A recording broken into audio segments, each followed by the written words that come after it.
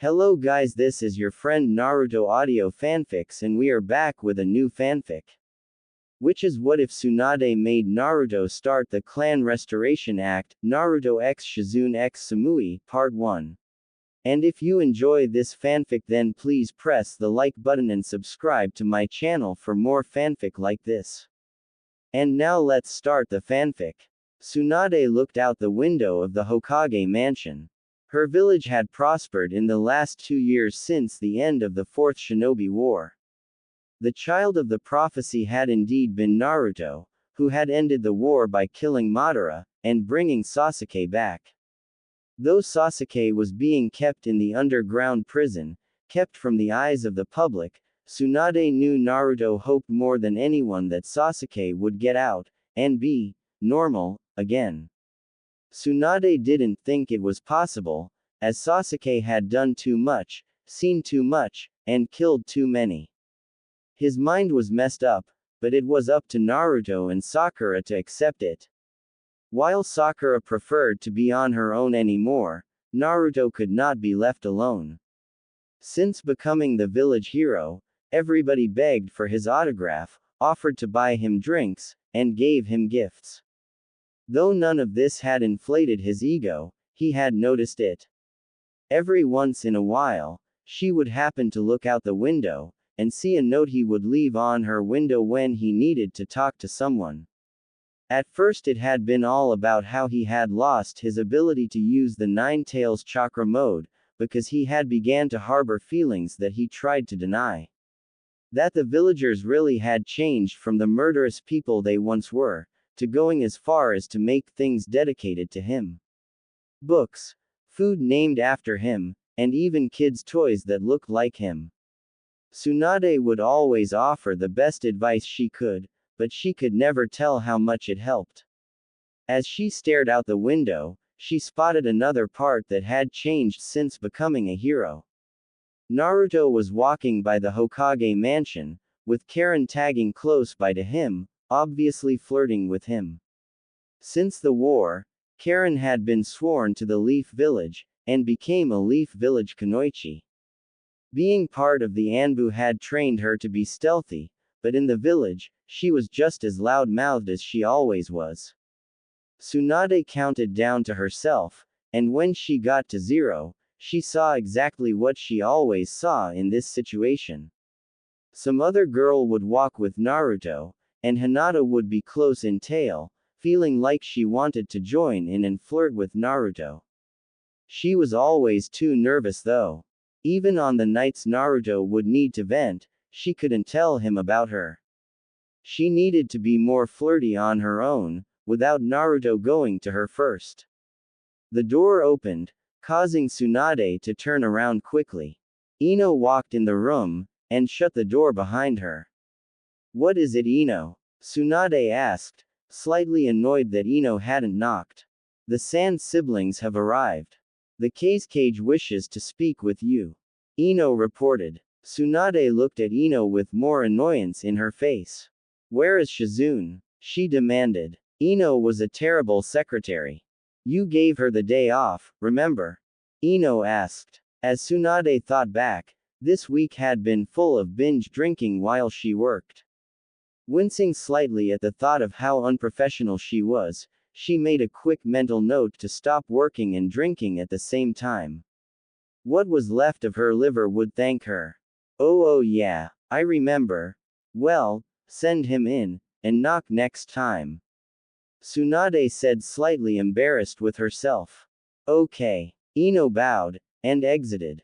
Tsunade had a moment to think about what was going to be said.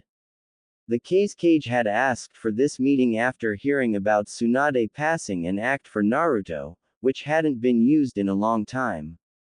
What made him think about getting even slightly involved was beyond her, but she was willing to hear him out. As Gaara walked into the room with Kankuro and Temari, Tsunade took a healthy pull and the bottle of booze she had at her desk. She had to stop doing that, but now was not the time. "Thank you for seeing us," Gaara said as he took a seat. Kankuro and Temari stood behind him. Temari herself looked quite nervous. It was rather funny to see her so nervous about whatever, though she was sure it had to do with Naruto, which was going to probably be the topic of this conversation. Is this about Naruto? Because, I haven't even talked to him about the Clan Restoration Act 1 passed for him. I'm aware he may not take it, but if he does not want to have multiple wives, then I can trash the act. It's a shame he doesn't know about it. Because the Sand Village hoped to be a part of this. A lot of talking has been done, and we would like to offer Temari under a political marriage. Gaara informed, and Temari blushed. Tsunade looked at her quizzically. She didn't think Gaara would force her to this, but maybe something was being hidden here. Temari, Tsunade called. Temari snapped out of her trance. She looked at Tsunade and stood at attention. We should talk in private. If you will excuse us, Lord Casecage. Gaara nodded, and stood. He quickly led Kankuro out of the room. After the brothers left, Tsunade activated a soundproof seal in the room. She took another long swig of her booze, and offered Temari the bottle. Temari took it gladly, and finished the bottle, which should have lasted Tsunade another 4 hours of work. After she sat the bottle back on the desk, Temari sat back and tried and relax. So tell me. Did your village force you into this? Temari blushed and paused for a moment, feeling awkward about this conversation. They didn't. She breathed deeply, steadying herself. Just act like it's a mission, she thought to herself. I like him. He has always had such drive and passion. I would like to stay here a while, and get to know him. You will have a lot of competition for his attention. If he does like you will have to share him with other women. Does that bother you? Tsunade asked, accepting her short answer. As long as he loves me, I don't care. I know what I'm possibly getting into. That's good. But what happened to Shikamaru? Temari paused a moment. Looking angry at first, she looked at Tsunade. That man is too lazy for me. He hates being troubled by anything, and I'd rather have someone who likes life. I see. Okay. As long as Naruto is fine with the CRA, then you are in. If not, I'll ask him what he thinks about the political marriage. Tsunade said, standing to shake Temari's hand. Smiling, Tsunade brought down the barrier, and went to the door. Gaara was standing patiently, and Kankuro was asleep on a waiting chair. Thank you for your time, Lady Tsunade. Temari said as she bowed. You're welcome. I'll be sure to get back to you as soon as possible. We will be in town for a while. May we get some village passes? Gaara asked. Sure. My secretary will get them for you. Tell her I said it was okay. Tsunade smiled, and headed back into her office. Going to her desk, she took a paper out, and wrote on it quickly. Going to the other side of the room, she took out a messenger bird. Putting the note on its leg, she opened the window. Naruto, she whispered to the bird, and it tweeted happily. Flying from her, it took off toward the specific person. Naruto walked around happily, having people talk to him as he passed. Naruto liked the recognition he got from everybody, though it did bother him sometimes. What really bothered him was how the women of the village seemed to change their tone so quickly. Though the one that was tagged to him now had always acted like such. Let's go eat, Karin said, holding onto his arm. Her holding onto him never bothered him. He liked her a bit, and he liked the jealous looks some people gave him. He felt bad liking the jealous looks, but it was hard not to. Naruto was just about to answer her, when a messenger bird came down, and landed on his shoulder. He recognized the bird as being one of the Hokages and took the note off its leg. He looked to the note. Naruto, rooftop. Now. Tsunade. Naruto sighed, wondering what he did not. He usually only got called there as he did something stupid. He looked to Karin, who was trying to seem like she wasn't interested in the note. Even though they weren't dating, Karin got jealous easily. It was very funny to see. I gotta go. Tsunade wants to see me, Naruto said to Karin. Karin puffed her cheeks stubbornly, and sighed. We can go eat another time. Promise, Naruto stated, holding his pinky out. Karin smiled, and pinky shook. You know, if Tsunade were younger, I'd say you were cheating on me. Naruto smiled, and shook his head. We're not dating, and I'm not with Tsunade. I call her Granny for God's sake, Naruto informed and laughed. Karin blushed, and turned her head stubbornly. She didn't like him bringing up them not dating. As Naruto turned to walk away, Hinata quickly hid. She hated not feeling able to approach him. As she stood, knowing he was walking her way, she thought about how weird she felt, following him all the time. She wasn't a little kid anymore. It was creepy now. Well, she thought. I could ask him now. As he walked by her, Hinata stepped out, and closed her eyes tightly as she yelled. Naruto, I'd like to ask you. Not now, Hinata. Gotta go to Suon's, Naruto said deep in thought, cutting Hinata off. Hinata felt crushed, standing completely still. I should have known. The bird was for him. I should have recognized it. Hinata thought to herself, completely crushed. Better luck next time, Karin said, popping up behind her. Hinata screamed in terror from being scared, and fell down. Just so you know, though, I'd be okay with you two going out. You're cuter than I am. I would stand no chance. No, I wasn't going to ask him out. Hinata yelled in her, though lying, defense. Please don't act like you weren't following us. I could sense you following us this whole time. Karin whispered. I'm sorry. It's okay. I know you have liked him a long time, but you gotta act like you just tried, but try again. Karin encouraged. He has to say yes eventually. Naruto got to the top of the tower to see Tsunade looking over the railing. As she looked over the village, Naruto walked up, and stood next to her. You wanted to see me? Yeah, Naruto. What would you think if I told you that I told you, hypothetically, I passed a clan restoration act for you? You would have to tell me what a clan restoration act is. It's exactly what the name implies. Tsunade yelled in aggravation over his continued stupidity. Have you ever heard of polygamy? No. Multiple wives. Naruto said, and paused quickly. He thought for a moment before saying anything. Wait, you want me to have multiple wives? I'm asking what you think of the idea. Oh, Naruto sat by Tsunade, and took the time to think. If you don't like it, there is this, Tsunade stated, handing him a folder. Naruto read the tab, which said Naruto, political marriage. Political marriage? Naruto asked, shocked. You can look in it if you want. It may ruin the surprise, for you at least.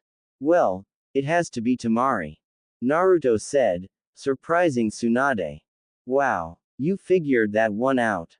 I only know one girl from another village. It was easy. Naruto smirked. Tsunade groaned in annoyance. I need to think about both. Naruto murmured. She is here. She wants to get to know you better. She knows she likes you. Not love obviously, but likes. I thought she liked Shikamaru. I thought the same thing. But they fell apart some time ago, I guess. You don't need to answer any time soon, but I hope it's within a month. Remember, you don't have to marry anyone, if you say yes, on the spot. I know. I don't know, it feels strange to think about. We have talked about stranger things. Stranger to me at least. What do you think about it? I think, from a man's standpoint, it is like a dream come true. I'm surprised any man would think about it, but you aren't just any man. Do you think I should? From a Hokage's standpoint, yes. You would be saving 2 clans. As a person, I can't make that decision. What bonuses would I be getting out of it? Besides several wives? Tsunade asked, surprised he would ask the question. Though I guess that could be a punishment too. If you didn't play your cards right, well, you would be part of the Shinobi Council. Besides that, you would receive a clan home. I see, and if I just accepted the political marriage? He further questioned. Tsunade was surprised he was covering all grounds with this questioning. He almost sounded like a Hokage getting insight into a situation from his council. You would strengthen the relationship with the Sand Village. Though we already have a strong relationship with them, the people in the village would take it harshly. I really have to ask that you at least accept that. So basically, I have the choice of pleasing one village, or both. Well, in the eyes of some, yes. Tsunade said awkwardly. Though that is a very straightforward way to look at it. Think of it like this. How many girls do you know that would be crushed if you were suddenly ripped from the market? Well, Naruto mumbled. He instantly went through the list of women who treated him differently, or at least like they were into him at all. How about this? We could say you are accepting the Clan Restoration Act, and see who wants in. Accept the political marriage, and go on with life for now. Does that sound okay? Just a second, Naruto whispered, and closed his eyes. Tsunade had seen this before. He was going to ask the fox's opinion. Naruto opened his eyes, and he was in his mind's land. It was a pure white room, with spikes of orange shooting up along the background. Turning, Naruto found the fox, looking at him with a look of boredom. The two looked at each other for a moment before either moved. Being uncaged at this point, the fox suddenly swiped at Naruto, who jumped into the air. Naruto changed into his sage mode just in time to catch the fox's paw, and get swiped into the ground. As Naruto stood, struggling to hold the fox's paw up above him, he yelled to the fox. Can we skip this right now? I want to talk. No training today. The fox grinned slyly as he raised his paw off of Naruto. Laying down again, he watched as Naruto walked up to him, and sit on his paw. What do you think about what Tsunade is asking of me? The fox looked at Naruto for a moment, and sighed. I would have thought you would have liked the idea of several wives. You always surprise me. Well, first, this is your mind. Make something in it so I'm not bored all the time. Naruto sighed, and closed his eyes. He knew what he would make. He just had to do it right.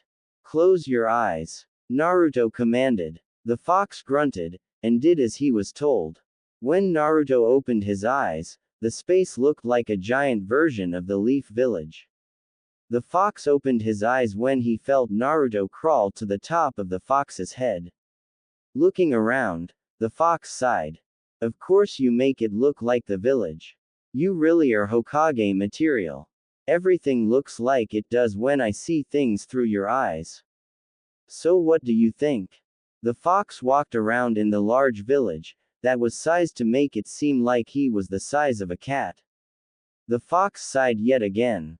If the fox didn't owe Naruto so much, he would tell him to figure it out on his own, though Naruto was only asking for advice. After the war, Naruto took his time to try and shoulder all of the fox's hate. Though he later took Itachi's advice to share a burden, from when they met a second time during the war. Naruto began letting people into his mind to meet the fox. Anyone close to Naruto met him, and the fox eventually began to open up. I think you should consider it. I look at it like, combine your stamina and power with other people's positives, and you have some great possible ninja. Though the usual family function for you humans may be changed because of it, I say, go for it. I see. I'll leave for now so you can get acquainted with your new home. I could resize it sometimes so it is correctly sized, and you could attack. It could be good training. Okay. Stop by with friends next time. Is that a part of the reason you said go for it? Because you want more people to visit you. That, I want you to be happy, and I could have a future container. The fox said, and smiled when he said the last one. Naruto laughed at first, then jumped down from the fox's head. Thanks for that. I'll be sure to come by soon. Naruto closed his eyes, and exited his mind. Naruto opened his eyes yet again, and looked to Tsunade. Tsunade stood next to him, and had seen him change to sage mode. She had met the fox before, once while the fox was angry, and once when he was calm. He wanted to fight, she asked. Yeah, he stopped and gave me advice. I made him a copy of the village in my mind. He seemed to like it. That's good. But, what did he say? Kinda what you said, from the Hokage's standpoint.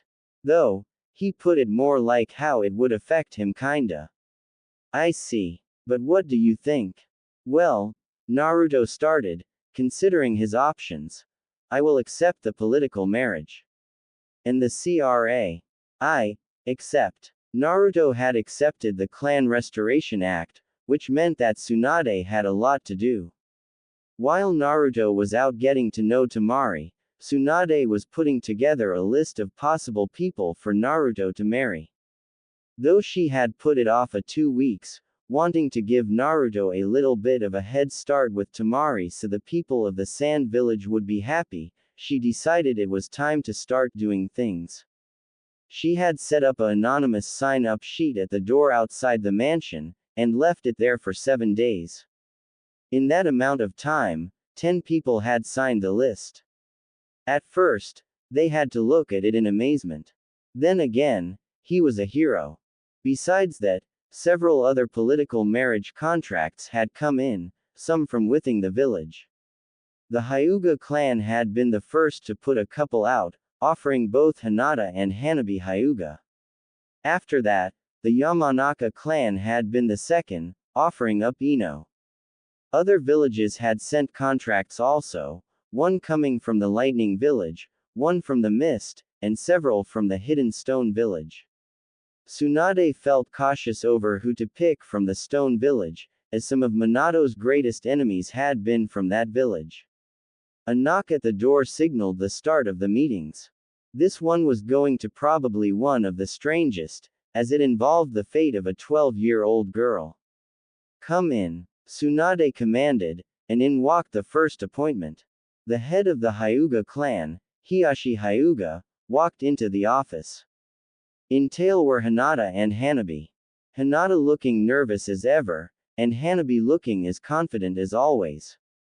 Thank you, Lady Tsunade. Hiyashi murmured as he sat in the chair in front of the desk. Hanabi and Hinata sat to either side of him. First off, why Hanabi? I will answer that, Hanabi called as she stood up. Tsunade looked to Hanabi with a slight look of surprise. While Hanabi was young, she sounded very mature. Go ahead, Hiyashi stated, giving her a nod. Tsunade disliked his position in this. The two girls should have come alone, rather this getting turned into a possible council meeting between the two elders. Naruto has always been so nice to me. There were times where he would buy me things if I had forgotten my money. I know it was really a matter of right place, right time. Still, he would bring me gifts just because it was a nice thing to do, and he wanted to be friendly. Though there was no intentional romance from him, I still felt like I was growing to love him. I've always known my sister has loved Naruto, which is the only reason I held myself back. Now that he is up for the Clan Restoration Act, I can actually tell him how I feel. There was even a time where he took me to get dumplings. While I know it meant nothing, I still view it as my first real date.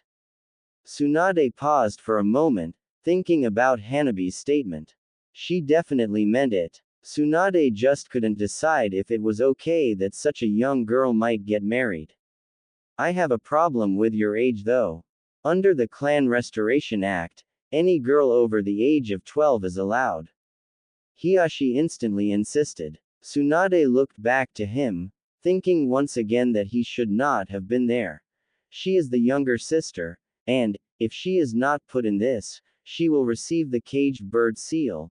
The only reason she hasn't got it yet, is because I have fought a rule that is sure to be passed, saying that only one person per generation can be without the caged bird seal. The entire Hyuga clan is behind it. And there it was. Though he always seemed mean to his girls, to her at least, he showed his reason right there. He was always looking out for them, and trying to protect them in the long run. Hinata never needed the intense training Hanabi received because Hinata would always have the branch of the clan to protect her. This was the easiest way to make sure his daughter would escape a life of possible torture. I see. Tsunade knew Naruto would have fought it if there had not been a good reason for him to marry her. This was going to be the reason Naruto was going to accept her. Now Hinata. Hiyashi started, allowing her to stand before he started to speak, but was instantly cut off by Hinata herself. Father. Could I please speak to Lady Tsunade alone? Hinata asked awkwardly. Hiyashi looked at Hinata for a moment, then sighed. Suddenly standing, he left. Hinata sighed, thinking that when he stood, he would strike her. Go ahead, Tsunade said after Hiyashi left. Hinata took a deep breath, and did her best. I have always loved Naruto in some way since I was young. He always inspired me to try harder, he always looked out for his friends, always stuck up for me, always helped me. Hinata said, blushing so hard her face looked like a tomato. She played with her fingers as she talked, obviously more nervous than Tsunade expected. Tsunade had always known Hinata loved the village hero, even back when he was the bane of the village. That's enough. I know all of that, Hinata. You can sit. You are one of the people that I was going to tell Naruto he should pursue even if you didn't show up. I'm sure he is going to pick you. That was enough of a promise that she would marry her love, and Hinata passed out. Hanabi looked at the body on the ground for a second, and walked over. As she tried to wake her sister, Tsunade took the moment to speak to Hanabi with her father still out of the room. I will strongly suggest he accept you too. If, for nothing else, then for your own sake. You have plenty of time, however, to convince him of your love.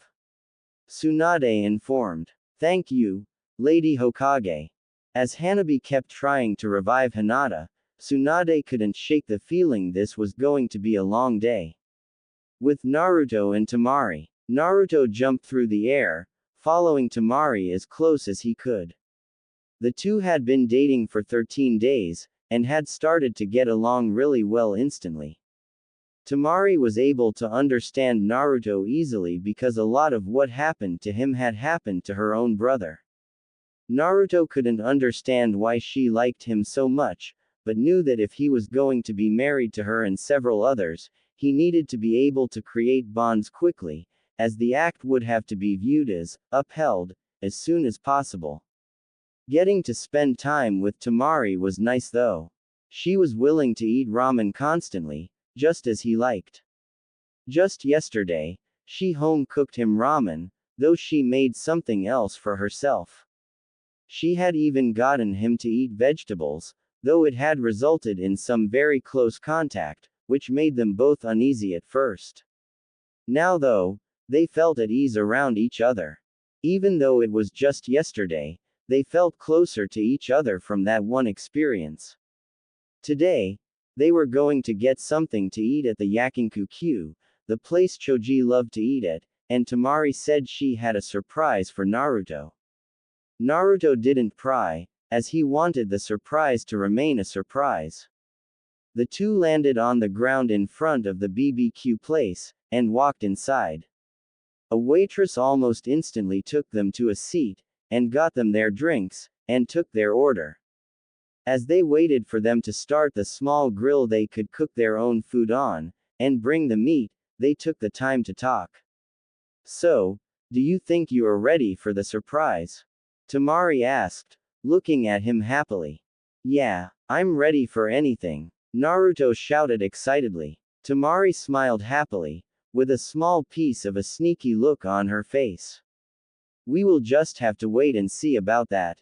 Just wait and see. The waitress brought them their food, and the two began to speak again. Though they kept an eye on their food, the two were excited to talk.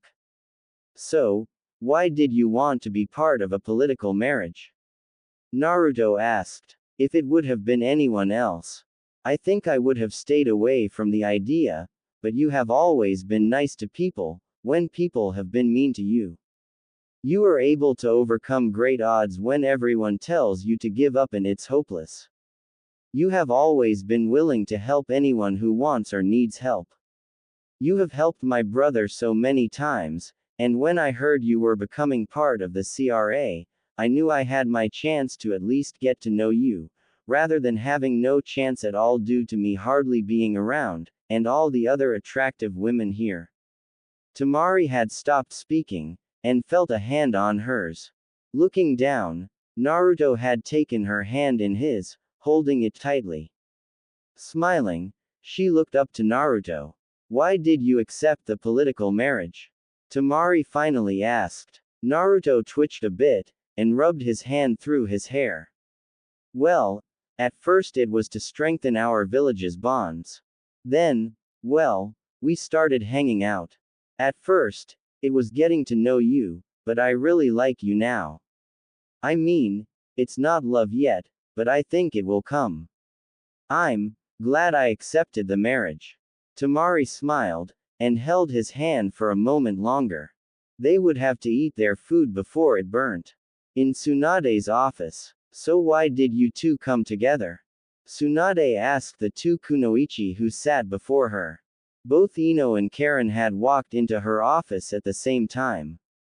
While it didn't surprise Tsunade that they both had signed up to be part of this, she didn't expect the two to come busting into her office, like they usually did, fighting with each other as they came in. Well, I had the first appointment, Karin instantly said. And I didn't want her getting the appointment ahead of me. Asuma told me before he died never to let my rival win, and since Sakura has barely been seen by anybody, Karin took up the role of being my rival. Ino inserted. Tsunade sighed, but decided the day would go faster, stating she would have a lot of the suspected list taken care of right away. Though there was a lot more to do, she felt it would be better in the long run. Fine, another joint appointment, so, one at a time please, explain why you want to be with Naruto. Go ahead, Ino said, sounding too sure of herself. Fine. Lady Tsunade, I'm sure you have seen Naruto and I walking around the village. He always smiles when we are together, he has saved my life, brought me here, and he insisted I become a Leaf Village ninja. My life, for the past 2 years, is all thanks to him. I'd be insane if I didn't love him even a little. Alright. And Ino, I always used to be a Sasuke fangirl. I'm aware of what that did to my friendships with other people, and what it did to my life as a whole. Though Naruto never treated me differently for the way I acted. Hell, he even ran errands for me if I asked. We went out before also. When he brought Sasuke back, I stayed away from Sasuke because I had made up my mind. Naruto was definitely better for me anyway. And you don't mind sharing? Well, not really. Except with her. Karin yelled, pointing to Ino. Ino instantly stood up, getting in Karin's face. Like you're going to get a chance. Ino yelled. You think you will? He will be too busy with me. Says you. This is getting annoying. I should just recommend one or the other. Tsunade thought to herself. Unable to control her mind, she remembered all the trouble Naruto had given her over the years. Calling her granny in front of anybody, no matter how important the person was. Giving her more gray hairs than nature could in 10 years. He was a constant pain in her side through the years. Though he was tied with troubles he had given her with times he had saved her. Maybe a little payback would be okay. Okay. Thank you. I will definitely put you both down as important people to consider. Tsunade interrupted them. Not wanting this meeting to come to a fist fight, she was quick to end it. Standing, she quickly moved, and though laughing, shoved them out the door as fast as possible. Alright, maybe the worst is over. With Naruto and Temari had finished eating, and got their check. As they walked out, Temari took Naruto's hand in hers. The two smiled, Temari realizing that if she wanted to live happily, she needed to try her hardest, and Naruto realized having someone like Temari around was changing his life for the better. Gotta close your eyes till we get to the secret place. Temari whispered into his ear. Oh, okay, Naruto said excitedly, and closed his eyes tightly. Temari smiled happily as she led her husband-to-be through the village. There were quite a few people who looked at the two, several smiling at the couple walking along. As they walked along, Temari reached her destination. The Konoha Hot Springs. You can open your eyes. Temari whispered. Naruto opened them, and looked at where they were. Blushing instantly, he looked to Temari, who smiled brightly at him. She stood on her tiptoes, and kissed him on the lips. Here, he stammered. Is it okay? Or would you rather go some other place? She asked instantly. Here is fine. You know there is a divider, right? Not in the couple's rooms. Oh, Naruto whispered, blushing more. Can we go in? Yeah, Temari said, smiling brightly. Walking inside, the two went to the front desk, and Temari was the one who spoke, as Naruto seemed very nervous. Temari, though, seemed very sure of herself. We would like a couple's room. Are you Temari? I've heard about you. Congratulations on getting engaged to the village's hero. You gotta treat him well. The girl at the front desk said after Temari ordered. The desk girl grabbed the key to one of the rooms after she finished speaking. Of course. He has always been good to me. So I have to be good to him. The desk girl took them to a back room, and unlocked it. Filling the center tub with hot water, she started to coals, and poured water on them, steaming up the room instantly. She turned back toward them when she was done, and smiled. Changing rooms are on either side of the room. We ask that you keep things clean in the changing rooms, and dirty out here, she said, implying the obvious. Temari and Naruto looked at each other. With Tsunade was almost done with the meetups. She had just met with Samui from Kumo. Tsunade didn't trust her. She was a cold person, who had the body Tsunade wished she had when she was 20.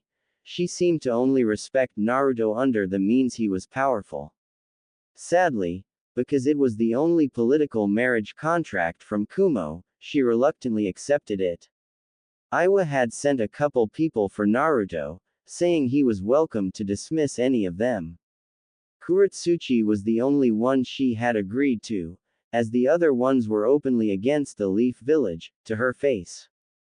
Kuretsuchi probably disliked the village, and would probably butt heads with some of the other girls, but she was more manageable. That, and if they had the third Tsuchikage's grandchild, they could probably use her as a ransom if she became too much to deal with. At the end of the list was the person offered from the Mist Village. Ren Yoshida was her name, and she was a hunter nin before accepting to be an offering for the political marriage. Besides being part of the Anbu for her village, she did missions as one of the 7 swordsmen of the Mist. While Tsunade doubted they would send her with her sword, maybe it would show the Mist Village's dedication to the Leaf to entrust them with one of the swordsmen. Tsunade sat back, waiting for Ren to arrive. After this, she would have to wait 2 hours for Naruto to arrive, and see who she recommended. Maybe the waiting would be a good time for a nap, it had been a long day. Lying her head down on the desk, she closed her eyes, and started to drift off to sleep. Shizune was back today, and would wake her when the next person came. Tsunade had barely felt sleep start to take her when the door opened, and Tsunade woke up with a start. At the door was Shizune. Tsunade sat up slowly, and rubbed her eyes. Grabbing the bottle on her desk, she tried to take a drink, but remembered too late that the bottle was empty. Sighing, she sat the bottle down. "You have another person here for your interview," Shizune said, throwing another bottle to Shizune. Tsunade's jaw dropped in shock. Shizune had never supported her drinking while working routine. Maybe she was doing a good deed and deserved something for it. She wasn't sure. "Thanks. Send her in." "Right." Tsunade had just taken a big gulp of her new drink, and the last appointment walked in. Ren was 5 feet 2 inches and thin, with pale and lovely skin. Tsunade liked the look of her. She had smaller than Tsunade, which was completely unrelated to her liking Ren. The girl looked shy, but was obviously hiding an interior strength. No one who was shy and timid could survive as a hunter nin. "Hello, Lady Hokage. I'm pleased to meet you," Ren whispered. Tsunade smiled, and waved her to a seat in front of the desk that quite a few girls had sat in that day. Ren sat down, and looked around the room. "Before we start, I have a question. What are the plans with your swords?" Ren looked at Tsunade for a moment with a look of surprise, and rubbed her head, smiling. "Finally, those things. They will be here with me if my political marriage contract is accepted. Though, as was in the stipulation, I may have to go back to the village once in a while. I still have missions that I need to be a part of with the swordsman. Is that okay?" In the past this would have been a problem. But she didn't see it as a problem considering Konoha and Kiri were on very friendly terms already. What secrets could there be that she would bring back to the Mist Village? "That's absolutely fine. I expect some of the other out-of-village girls to visit home also. There is no problem." Ren seemed relieved about that, and seemed to relax a bit. "Thank you. Now, about Naruto, why do you think you would be a good wife for him?" "Well, I'm new to this whole relationship thing, but back in the war, he saved my life. I'm sure I was just another face to him, but it was obviously a big deal to me. When my village heard about the Clan Restoration Act being passed for him, I decided what better way to thank him, than to giving my life to helping him rebuild his clan." "I see." Tsunade liked the answer. It was honest, like a lot of the reasons so far, and it showed that she did like Naruto. "Also, I can summon tigers, and my elements are lightning and water," Ren quickly added. Tsunade internally sighed. That had nothing to do with her relationship with Naruto, but whatever. "Alright, we will have plenty of time to become good friends, but for right now, I think that will be all. We will be accepting your marriage contract, so gather whatever things you want from your village, and be ready to move into the new clan house." "Thank you, Lady Hokage. I look forward to my new life." Ren stood up and left, leaving Tsunade with a feeling that Ren was not going to have any problem fitting in with Naruto. She did feel bad about all the internal attention struggles that were going to take place, but it was something he would have to learn to deal with. At the hot springs room, Naruto walked from the changing room nervously, and looked to the changing room that Temari was in. At some point within the next hour, he was probably going to see her. While the thought did excite him, he was nervous. For the first time, he was actually thinking about how he looked. Before he had time to run back in the changing room, and make sure he had done everything possible to look good, the door to the changing room opened. Temari had her hair down, which was something Naruto had never seen. He wasn't sure, but he would. Temari, who was completely under the white towel she wore, stepped out of the room. Naruto gulped as she walked to the tub in the center of the room, and getting in with her towel on. Naruto was a little crushed she didn't drop the towel, but internally scolded himself for hoping to see her. Trying to get his mind off of it, he poured more water so the room would steam up. He was successful in making the room steam up a lot, so much to the point that it became hard to see. Fumbling his way around, he made it to the hot spring water tub in the center of the room, and got in with Temari. This feels good. Temari sighed, moving to cuddle up with Naruto. Naruto wrapped his arm around her shoulders, and sat back. Though it was awkward, he tried to relax. Time to get rid of this. Temari took the towel off, and tossed it behind her. Naruto tensed, and knew that relaxing was out of the question now. Temari moved closer to Naruto once again, and laid her head on his shoulder. It was quiet for a moment, and Naruto could feel himself blushing. "Do you want me to put my towel back on?" Temari asked after a minute. Naruto shook his head, but decided to vocalize his answer. "No. I actually hoped you would." Temari put a finger to his lips, understanding his nervousness in the situation. She knew what he was trying to say, and was happy he was trying to vocalize his hope that she would have taken the towel off. It made her feel attractive. "Would you take your towel off?" she asked. "Why yeah. Naruto pulled the towel off of him, and tossed it aside. "We're in a hot springs tub, together, and I can feel her skin." Naruto thought to himself, unable to get the thoughts out of his mind. The two sat in the hot water for a little longer before either of them talked or did anything. "Naruto," Temari whispered, showing the feeling of anticipation in her voice. "Yeah, I want to try something. If I go too far, stop me." "Okay." Temari sighed, and moved. Getting up, she quickly moved so she was sitting on Naruto's lap with her knees at either side of his waist. Naruto suddenly tensed again, feeling her pelvis rub against his manhood. She moved her head closer, and kissed him passionately, rubbing the sides of his chest as she kissed him, feeling his muscles. Teasing his lips with her tongue, she forced herself into his mouth. After invading his mouth, she broke their kiss, and looked him in the eyes, smiling. "Do you want me to stop?" "No," Naruto said, being able to move his head now, and see the bear that were in his face. "You sure? We could stop at any time," she whispered seductively as she pushed her in his face, gently rubbing her soft flesh against his cheeks. As she did so, she could feel him getting more and more excited underwater. "Don't stop." "Okay." Temari reached underwater, and grabbed Naruto's manhood. Naruto gasped loudly, and seemed to give completely in the moment her fingers touched him.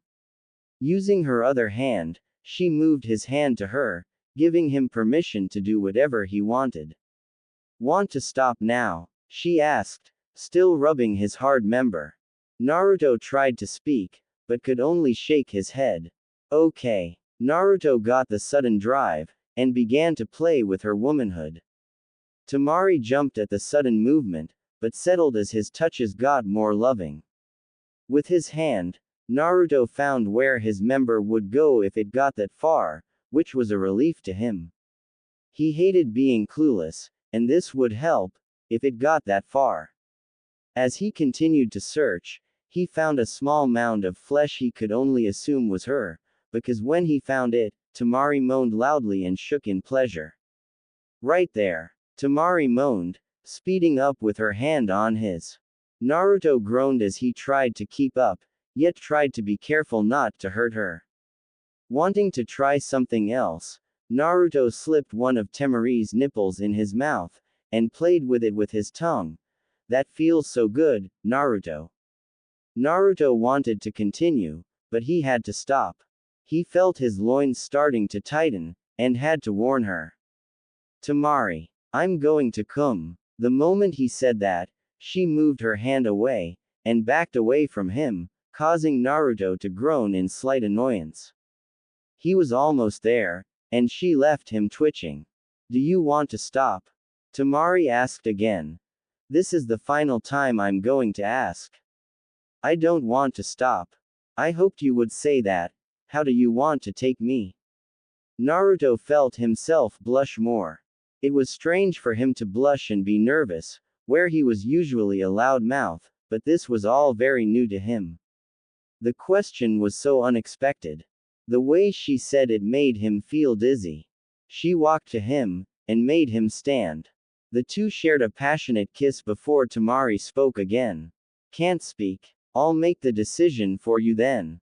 She pulled him with her to the edge of the bath, and she laid on the ground by it, letting her legs and butt remain over the edge, and she pulled Naruto toward her. Wrapping her legs around Naruto, she forced him closer, causing Naruto's manhood to rub against. Temari pulled him down to kiss him one more time before she was his. Go ahead. Take it slow at first, please. Naruto stood up in the bath, and Temari put her legs on his shoulders. Naruto positioned himself awkwardly at first, but was eventually ready. He nervously slid into her, feeling her tightness. Temari shook slightly, feeling him going into her. Naruto eased up as he broke her hymen, feeling her tense up and close her eyes tightly. Not knowing what was going on, he freaked out. I'm so sorry. He quickly shouted, not moving at all. It's okay. I'll be fine. Leaning down, after moving her legs, Naruto kissed her again. Temari hugged him tightly at first, and slowly let him go. I'm okay. Go ahead. Naruto nodded, and slowly started moving. Naruto's mind seemed to cloud over as pleasure rushed through him. Temari moaned as Naruto gained confidence and started moving faster. Naruto. I'm so happy I'm yours. Temari moaned as she rubbed her hands on Naruto's wet chest. Naruto moved her legs back to his shoulders, feeling her soft legs as he pounded into her. Naruto couldn't get enough of the feeling of her soft skin. Moving his hands down her legs, he gripped her butt tightly, causing Temari to squeak in surprise. Naruto hadn't been moving long before he felt the same tightness that he felt before, though. Temari. Naruto moaned slightly, the look on his face giving it away. If she hadn't teased him so much earlier, she would have insisted it was too quick. Moving her legs, she pulled him more on top of her, shoving his face in her. Go ahead. Inside of me, she said between moans. Naruto nodded, and twitched as he started to come, shooting his load into her, making her moan. God. I can feel it. It feels so good. When Naruto finished, he laid on top of her, feeling too tired to move. Temari sat up, making Naruto fall back into the bath. Quickly reacting, he sat on a seat in the tub, and laid his head back.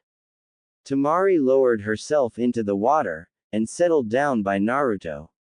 She laid her head on his shoulder, and relaxed in the water. End. Sorry if I was bad. Naruto mumbled, and ran his hands through his hair. Sorry if I was, but you have to practice so the other wives you will have don't complain, but I never will. Thanks Temari, but we're going to be in this together. Do you mean they are my wives too? She said, sounding falsely excited. Naruto laughed at the idea. You know what I meant. Naruto laughed. Do we split the wives 50-50 at night?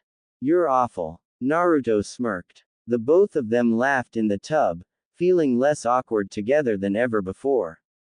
At the Hokage mansion, hours later, Naruto came up the steps to the roof of Hokage mansion, and saw Tsunade standing at the top. She looked over her shoulder to him, and smiled. Naruto walked over before saying anything. How did today go? Naruto asked, leaning over the rail to look over the village. He heard Tsunade sigh. It was okay. Hinata showed up with her father, and Hanabi. Why was Hanabi there? Naruto asked. When Tsunade didn't answer, he looked shocked. The Hyuga clan is trying to pass a clan law that only one person in a generation may go without the caged bird seal. Hanabi would receive it if she doesn't marry you. That, and she seems rather infatuated with you. I was surprised by her statements. I strongly recommend both of them. Okay, why not? But Hinata was there. She wants in this too. She has loved you for a long time. I know that is falling on deaf ears, but talk to her about it. Okay, who else? Ino and Karin came at the same time. I recommend you accept them both.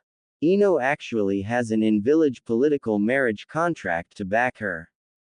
You don't have to accept her if you don't want though. I might as well. Karin and her are best friends, and I would hate for their relationship to be strained because I didn't accept one of them. Alright. Then Samui from Kumo came.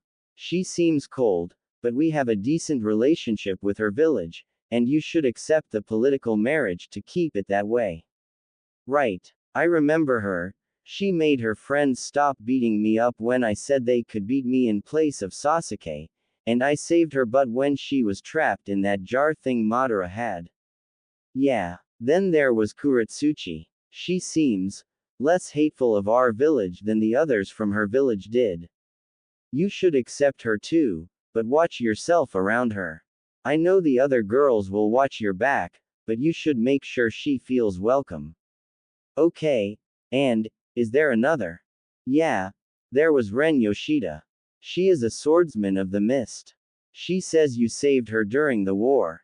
Maybe I will remember her when I see her. Maybe. She said she decided you could have her as a wife, saying you saved her. And I should marry her too, right? Yup. Okay. So then, that's 8. If you were anybody else, that would be a problem. You have the stamina for it though.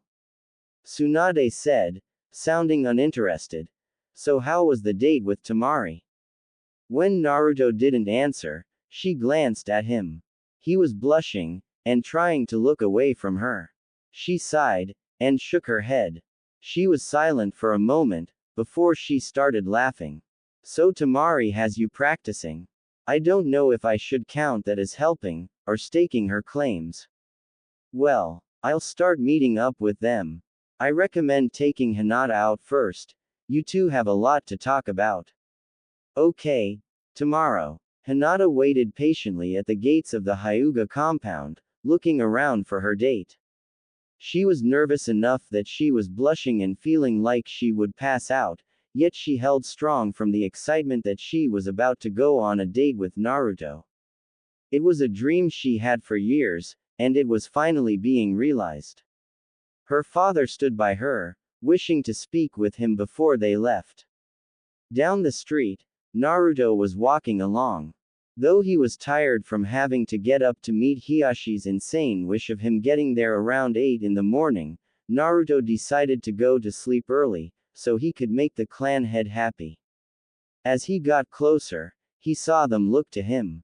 Hiyashi didn't change his expression, but Hinata seemed to almost faint, which she did do a lot. Namikaze. Good to see you, Hiyashi said as aggravated as ever.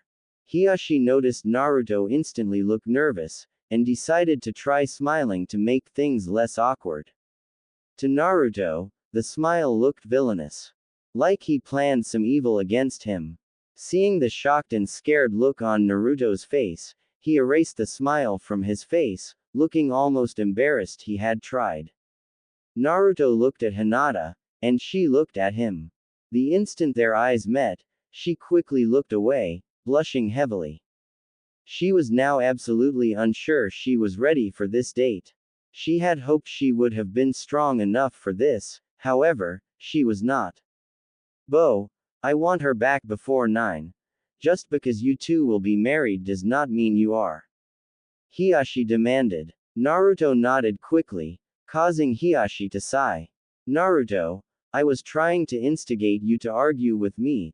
There will be times when we will argue, as I will be your father-in-law, and someday if you become Hokage, I will be part of your council. Oh, okay. Naruto said, slightly weary as Hiyashi held his hand out, and a house helper who had been hiding handed him a duffel bag. Keep her tonight. I hate the idea of her ever sleeping in a bed with anyone but herself because I am her father, but I realize it will happen. Handing the duffel bag to Naruto, Hinata stared at the bag in disbelief. Feeling faint, she shook her head quickly, and leaned against a wall for support. Naruto himself couldn't grasp the situation. Are you serious? Naruto asked in disbelief. I am. Now, go, Hiyashi said. When they stood around still with dumbfounded looks on their faces, Hiyashi got annoyed. Go. The two took off in fright, and ran together. Though they didn't go very far, the two made it out of sight of Hinata's seemingly crazy father. As they stopped, the two looked at each other. Hinata quickly looked away, blushing. Naruto smiled his usual fox grin as they walked. Well, we have all day, what do you want to do? Naruto asked, breaking the silence. We could get our ramen. Hinata murmured. She internally kicked herself, hoping that now that they were going to go out, and were already engaged, she would be able to talk to him without having any more problems. No such luck. You want to? The excitement in Naruto's voice was so obvious, people in the village looked over to see what the hero was so excited about. Hinata did not pick up the excitement, because she was too busy being nervous. If you want. Sure. I always want ramen if I can get it. Naruto wrapped his arm around Hinata out of friendship, for being such a good friend, and wanting to lead her to the ramen shop. Hinata took in another way, saying they had a bag with her things in it so she could stay the night at his house. Plus, they were engaged. Hinata felt her legs starting to weaken, and felt as though she were going to pass out. Feeling sick about always doing this, and wanting to break the cliché of her life, she moved away from Naruto, and needed to change the subject so he wouldn't ask why she moved. The best thing she could come up with made her kick herself again after she said it. Why don't we drop my stuff off at your place? Wanting to kick herself, she didn't see Naruto's expression change to shock. Hinata was too busy fidgeting to notice Naruto had started to sweat, remembering he had never bothered to clean his place. If he would have known Hinata would be staying the night, he would have made an honest attempt to clean up. Quickly making a hand seal, he created 4 shadow clones, and the group dashed off as fast as they could. Hinata snapped out of her thoughts when she saw Naruto run away, but then saw there were 4, and the real one was standing by her still. Let's take our time, okay? Hinata nodded in slight confusion, but went along with him anyway. In the Hokage's office, Tsunade was relaxing in her office when she heard the noise of 2 people rushing up the stairs to her office, fighting with each other the whole way up. The only reason she knew what it sounded like is because 2 of the village's kunoichi frequently entered her office, without knocking, fighting the whole way to her office. Tsunade had time to take a large drink from her bottle, and make her desk look nice before the rivals would burst into the room. Screaming and smacking at each other, Karin and Ino entered the office, and rushed the desk. Tsunade sat with perfect posture and a perfect amount of restraint from yelling at them. Sooner or later, they would ask Tsunade who was right. Both were usually wrong. Lady Hokage, I would like to see the list of people Naruto accepted, because I wish to congratulate them. Ino yelled. Liar. Most honorable Lady Hokage, I would like to see the list so I may congratulate my soon-to-be new rivals. Karin yelled at Ino, then calmly said to Tsunade. Sometimes, the two really came up with weird things. Tsunade was supposed to give them a list of the other girls, just to make sure they could meet them and attempt to get off on the right foot. Tsunade decided to just have some fun with them before handing out a part of their future to them. Sorry girls, but you have to be a part of the planned wives in order to actually see the lists before the wedding. Tsunade sighed. Though they were on the list, she wanted to see how mad they would get if they thought they had been rejected. That bastard, Karin yelled. I mean, I can understand why he wouldn't pick Ino, but me. I have been close to him ever since the end of the war. I helped him get over his war-created depression. You can understand why he wouldn't pick me. I helped him deal with his sadness over the imprisonment of his best friend. Ino yelled back at her friend. Girls, Tsunade said, trying to get their attention. Well, I would at least be a better lover in bed. Karin yelled back. I would eat ramen every day for him. Ino hollered. I would do that, and wear orange for him. I would do all that, and give him more kids than you ever could. I would give him 20 kids. I would rebuild his clan by myself. Girls, Tsunade yelled. Karin and Ino instantly jumped in shock, seeing Tsunade, standing now, holding 2 scrolls for them. The two blushed, and took them without meeting Tsunade's glare. Opening them, the two looked at the list of girls, and saw their names were on it. Instantly screaming with happiness and hugging each other, Tsunade sighed, and sat down. Amidst their happiness, they heard a soft knocking at the door. Tsunade glared at the two, wishing they would knock, and called to the person to enter. As the door opened, the 3 in the room saw it was Temari. Tsunade smiled, and waved her to come in. She looked at the 3 with slight confusion, and entered the room. Walking to the desk, past Ino and Karin, she looked to Tsunade. You asked for me to come here. Yeah, I wanted to give you this. It's a list of the other girls who are also going to be wives of Naruto. Saying you were the first to actually be accepted, I wanted to give yours first, out of respect. These 2 decided to come first, though. Temari looked at the 2, and smiled at them. Karin and Ino looked suspiciously at Temari, and looked back at each other, giving Temari a feeling of concern for her safety. The 2 began to whisper with each other, seemed to argue in whispers, and finally went back to normal whispers. The 2 suddenly faced her, smiling, and spoke. Good news. We have decided we don't mind sharing Naruto with you. Karin said. Considering I had first dibs on Naruto, I'm not too concerned with that. You what? Ino yelled. You didn't hear what Tsunade just said. I was the first person accepted. Even right now, I think he is on a date with Hinata. Temari stated. She didn't want to start it off with them thinking she was a bitch, but they started it. Karin shook off the shock, and went on. Well, I hope you accept us in this group then, as it will make things easier, but I wanted to ask if you would join Ino and I on a mission to meet whoever is on this list, as long as they are in the village. Sure. Got nothing else to do, and it would give us a chance to get to know each other. Maybe we should just form a group, and hang out. Sounds like a good idea. Karin said, and opened the scroll. Let's see, there is you. Hinata. Me. Ino. Wait. Hanabi. Ino and Karin quickly looked at Tsunade, who simply stared at them. Temari looked confused between them, and finally had to ask what was wrong. Do you guys not like her or something? Temari asked. Ino and Karin quickly turned to her, and realized she didn't know a lot of people in the village. She is 12. She is Hinata's younger sister. Ino yelled. Temari instantly looked at Tsunade like she was a sick person. Tsunade began to laugh at the looks she was getting. Hiyashi demanded she be part of it to escape a new law. I assure you that I didn't want her in it, and Hiyashi fought to get her in it. She actually seems to have a bit of a crush on Naruto, and I doubt he is going to do anything with her until she is older.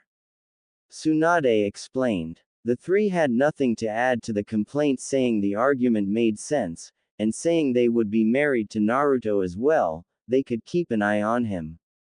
Alright, let's go. Ino said happily. She didn't think at first being engaged to Naruto would have made her this happy, but she felt bubbly now, and didn't want to lose the feeling.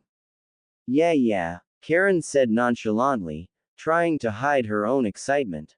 As the duo turned to leave, Temari followed. Waving over her back to the Hokage, Tsunade smiled. Even though she was sure this was going to cause problems, she didn't care.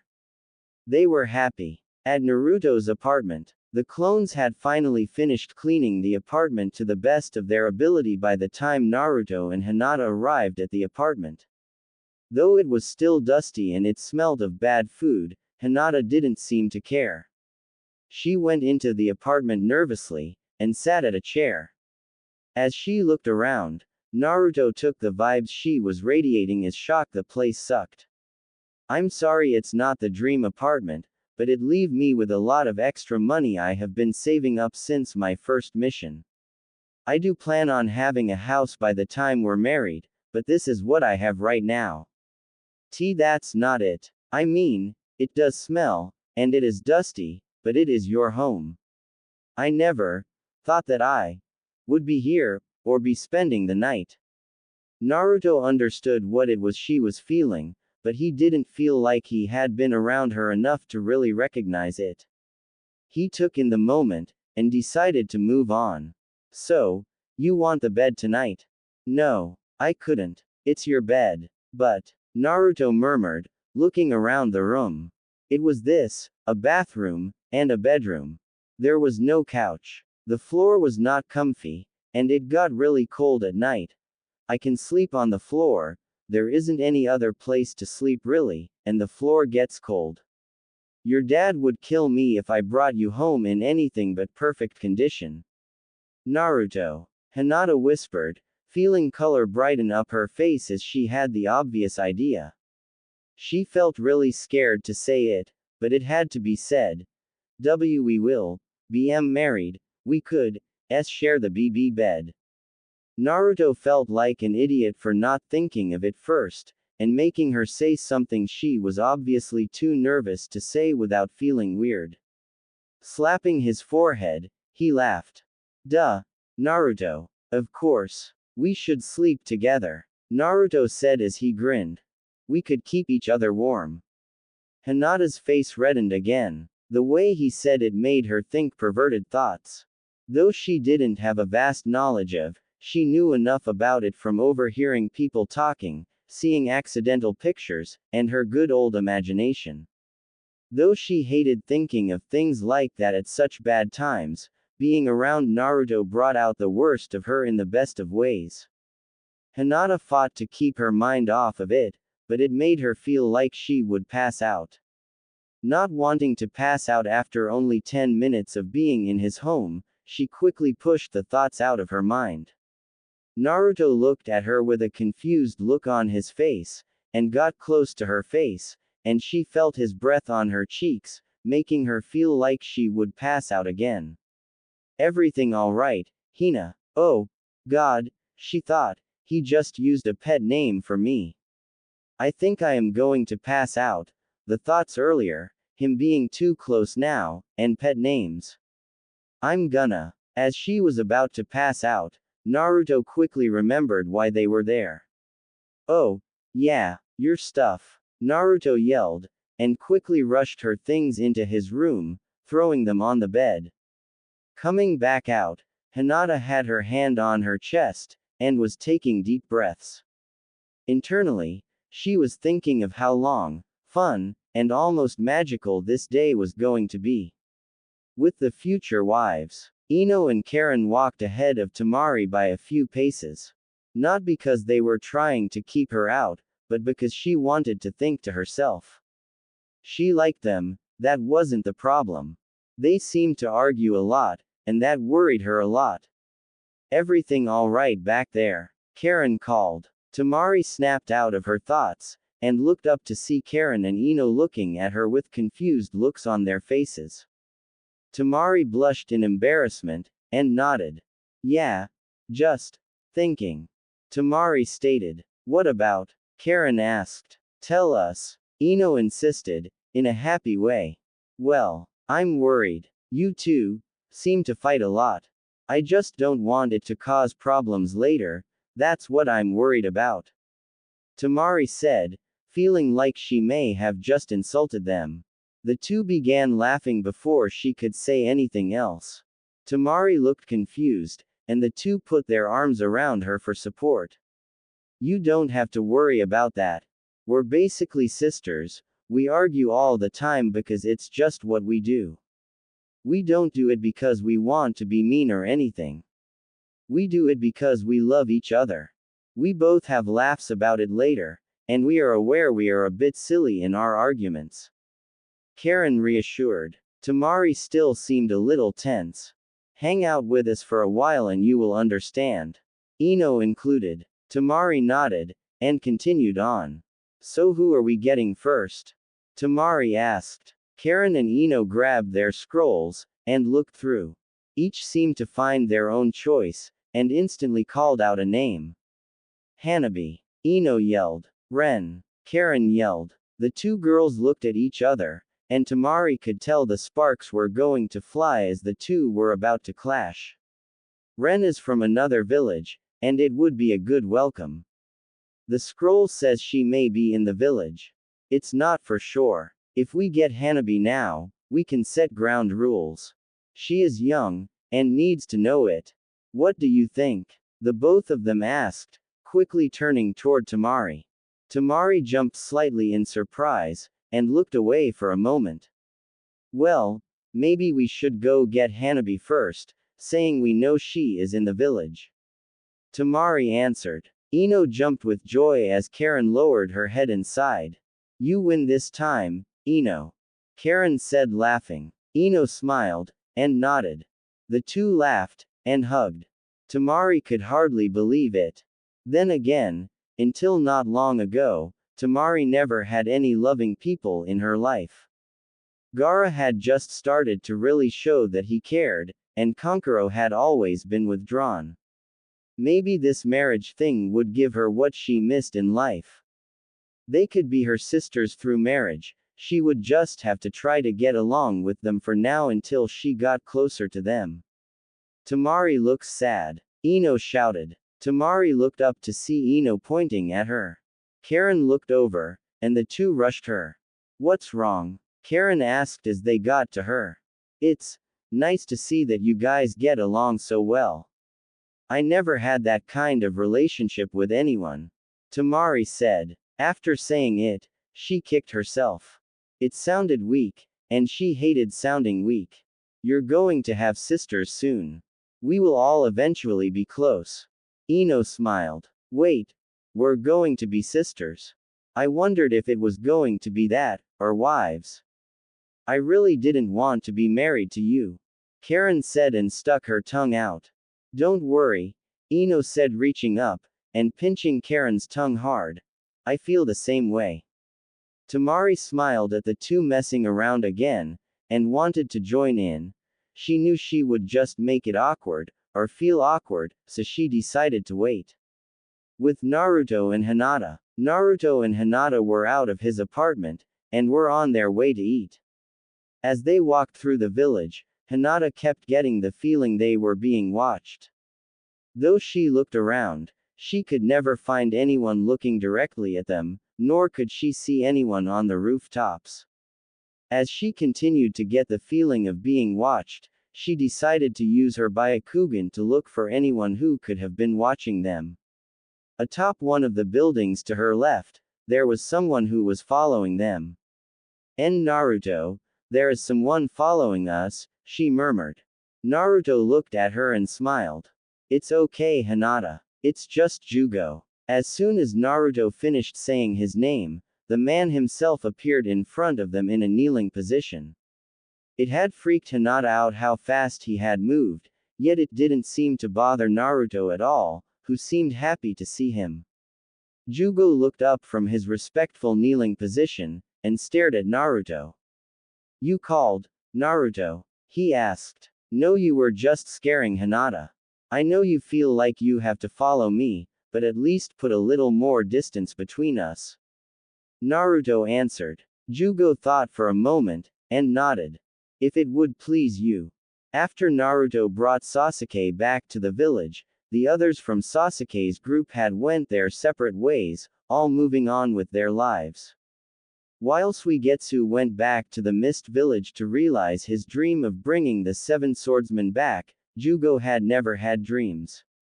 He always felt like he was a danger to everyone around him, and Sasuke was the only one who used to be able to control him. After Naruto had beaten Sasuke, Jugo decided that Naruto was more fit for his controller, and went with Naruto to the Leaf Village. Though Jugo's curse marks were sealed, they were still able to act up if Jugo got angry enough. Thank you, Jugo. As Jugo disappeared, Naruto turned to Hinata, and smiled. Is that better? Yes, thank you. I'm sorry I didn't mention it before. When I went out with Temari a couple days ago, she didn't mind Jugo at all. I guess I really should introduce him to all of you first, huh? It did bother Hinata that Naruto would bring up one of the other girls while they were out, but she knew there was no helping it. Soon, Naruto would be married to 8 women, and there was nothing she could do but be happy she was one of them.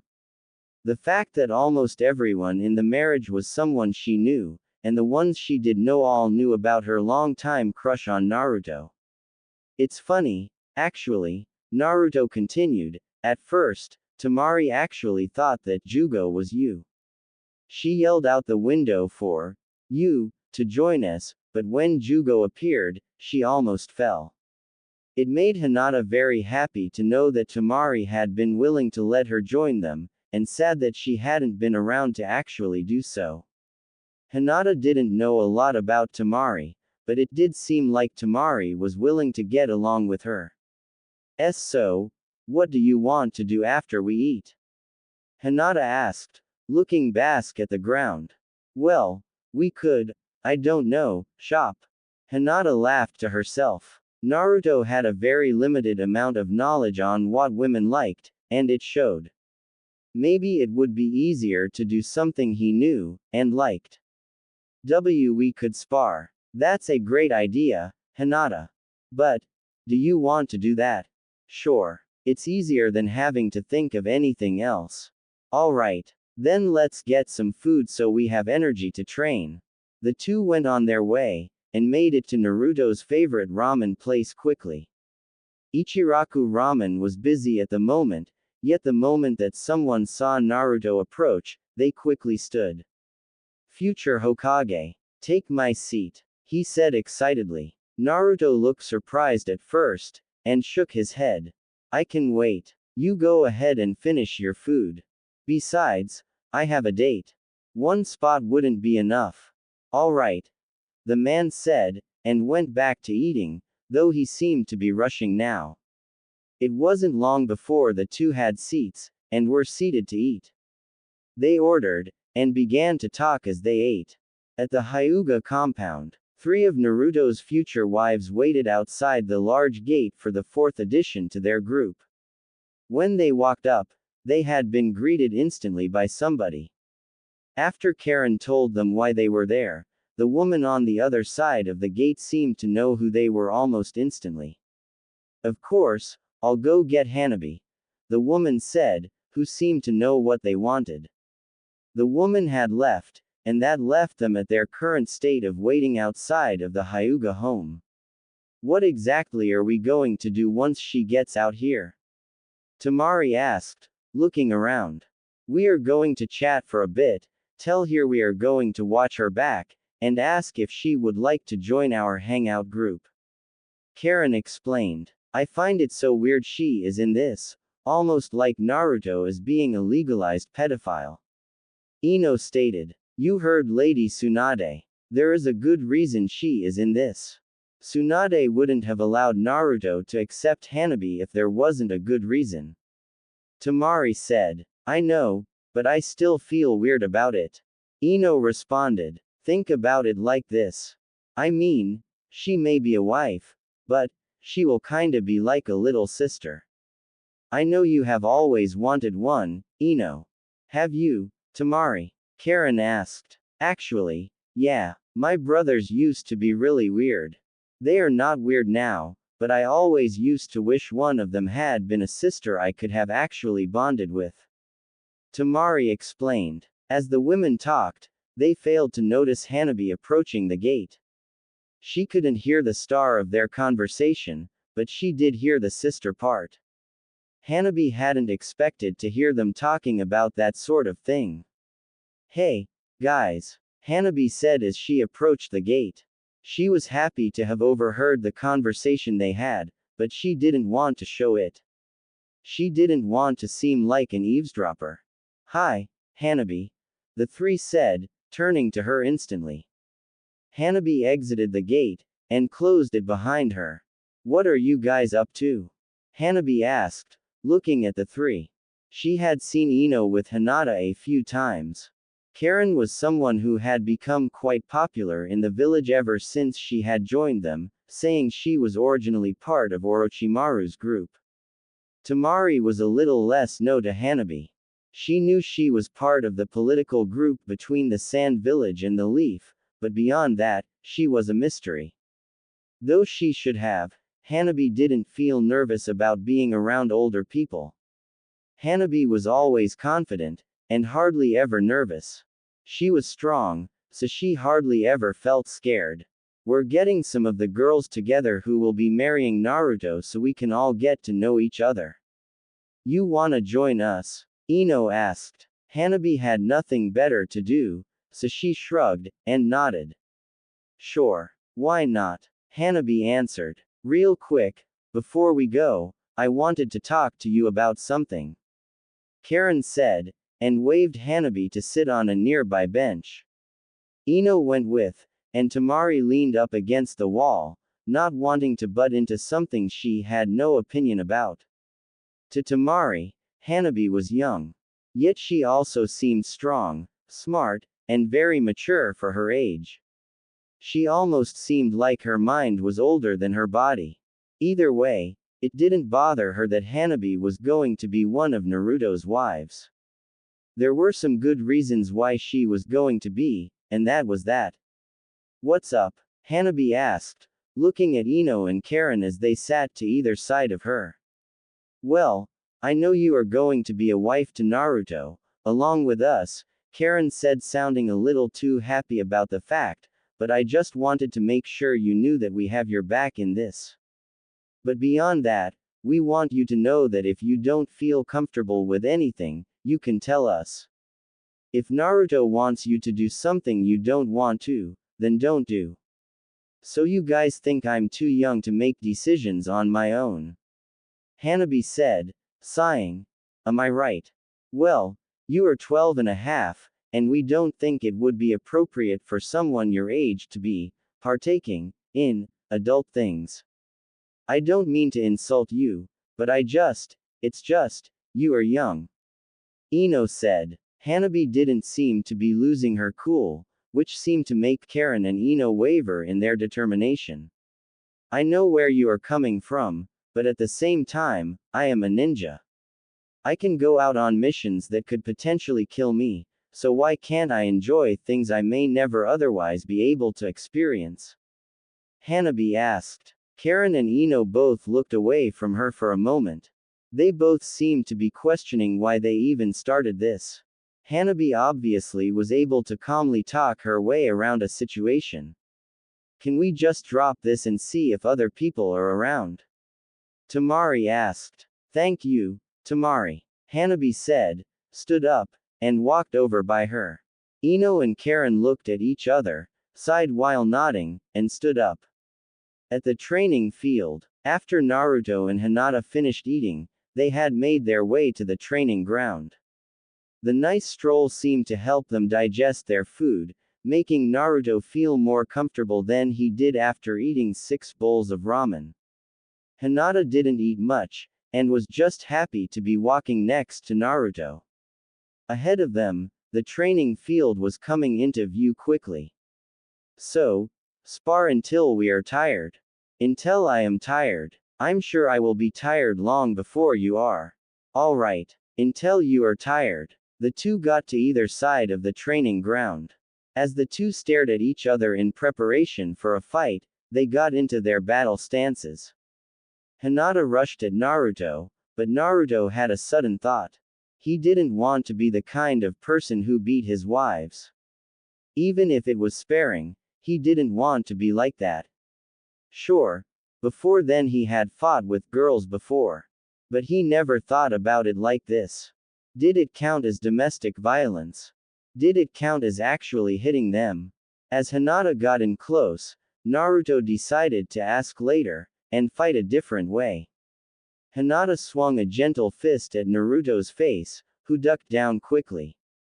As he dodged her attack, Shish raised his hand up, and poked her side, tickling her. Hinata, at first, tensed up because she thought she was going to be punched. Then, something tickled her side, and she felt confused at first. Then, she fell on Naruto because the tickling didn't stop. As Hinata looked to see why she was being tickled, she saw Naruto tickling her sides. Instantly laughing, she tried to shove him away playfully, only to be switched to lying on the ground under him, and being pinned as he tickled her. As he tickled her, he realized he felt weird being on top of her. He stopped tickling her, and stayed on top of her, blushing slightly. Hinata saw him blushing, and suddenly realized what was going on.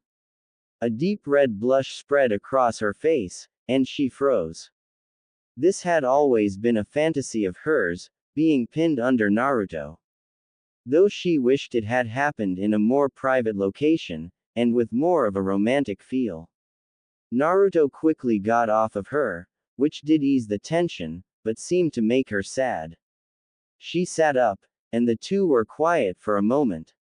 Why didn't you attack? Hinata asked. I didn't know if it would have been okay.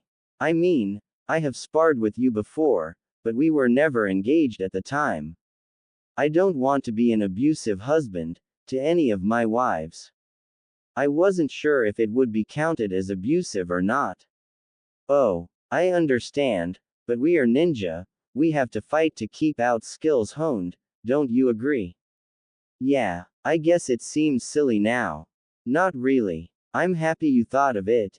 It makes me feel more safe around you than ever, though I never thought you were capable of being abusive anyway.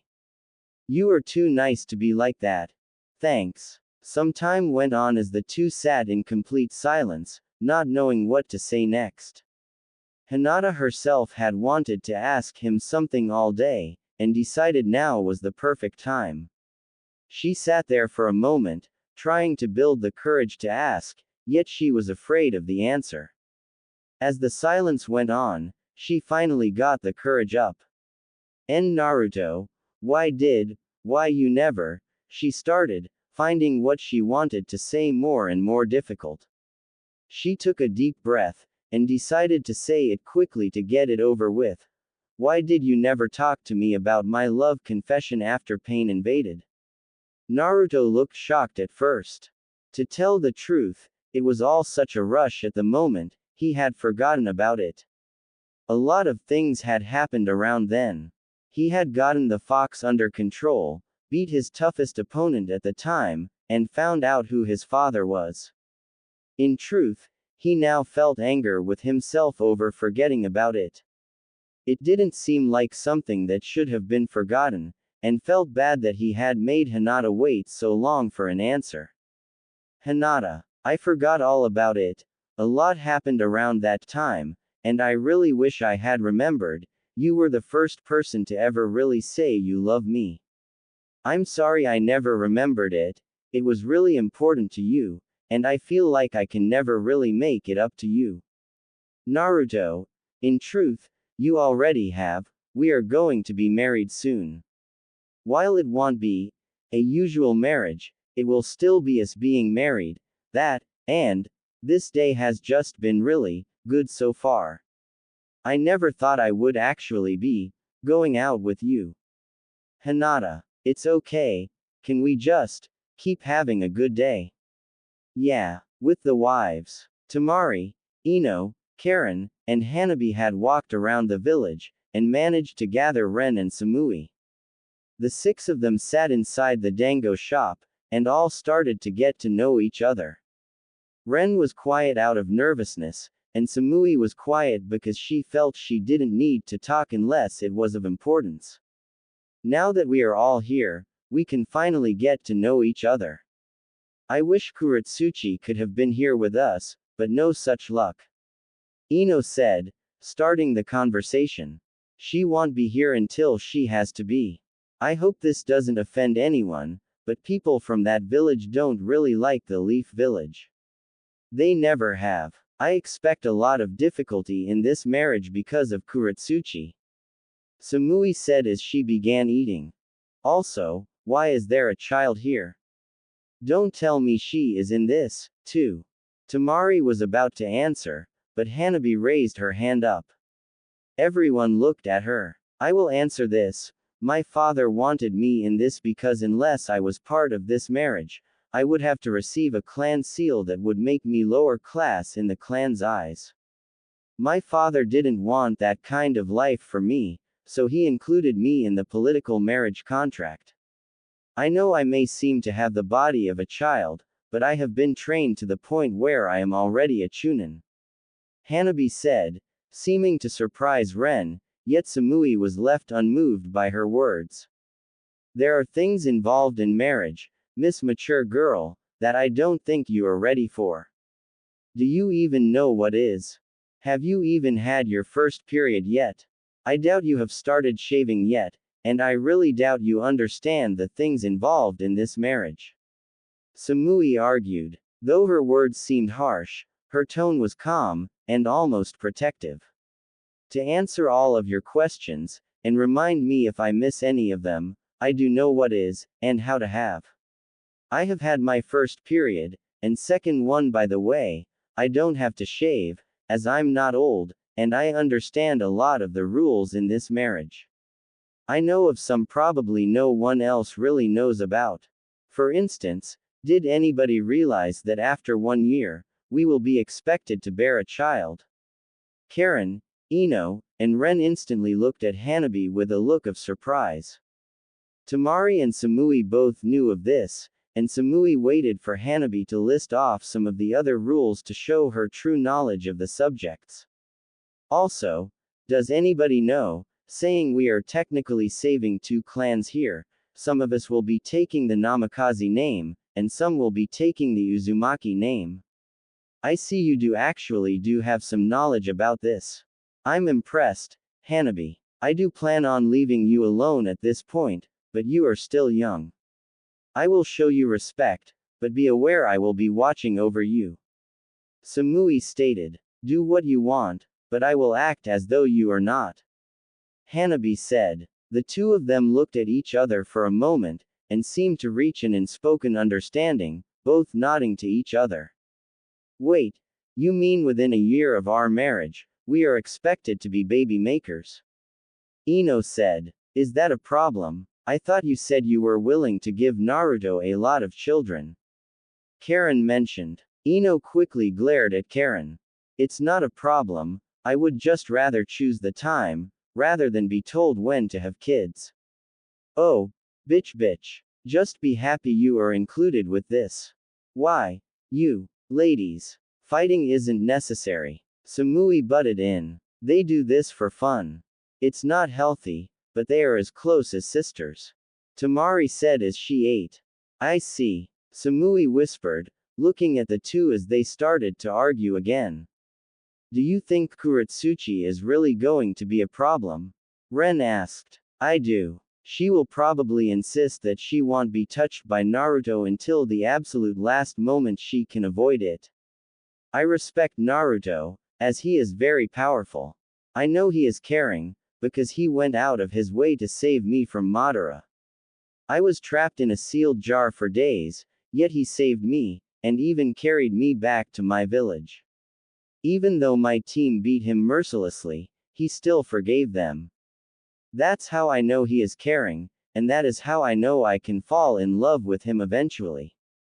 Samui explained. He saved me from a wave of white zetsus and a few revived people from some jutsu that brought people back to life. I could have been killed if he didn't find me alive, and bring me back to Med Ninja.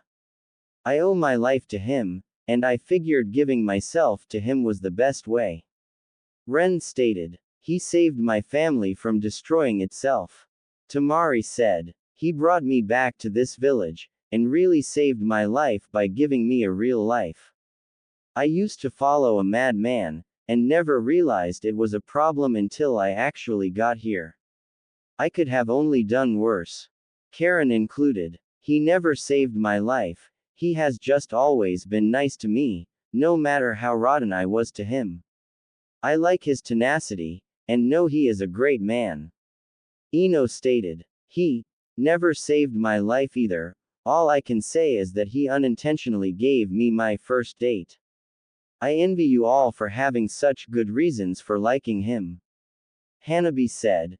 My sister has always loved him, though. Since she was young, she seemed to only have eyes for him.